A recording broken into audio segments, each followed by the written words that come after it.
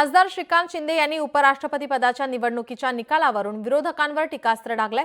त्यांनी काय ट्विट केलं आपण पाहूयात ग्राफिक्सच्या माध्यमातून। उपराष्ट्रपती पदाच्या निवडणुकीमध्ये अंतरात्म्याचा आवाज ऐकून मतदान करा असं आवाहन राहुल गांधी यांनी केलं होतं।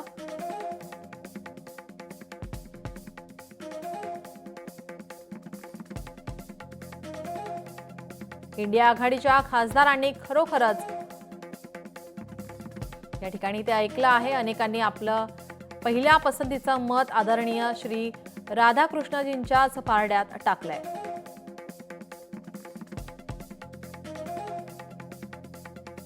मोदीजींच्या नेतृत्वातील एनडीए सरकारवर विश्वास हाच अंतरात्म्याचा आवाज हे विरोधकांना उशिरा का होईना कळू लागलाय।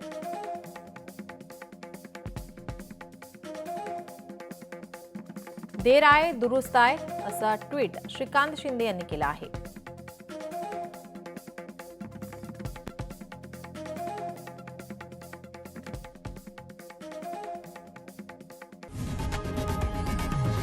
लोकशाही मराठी ऐका, पहा, जागरूक रहा।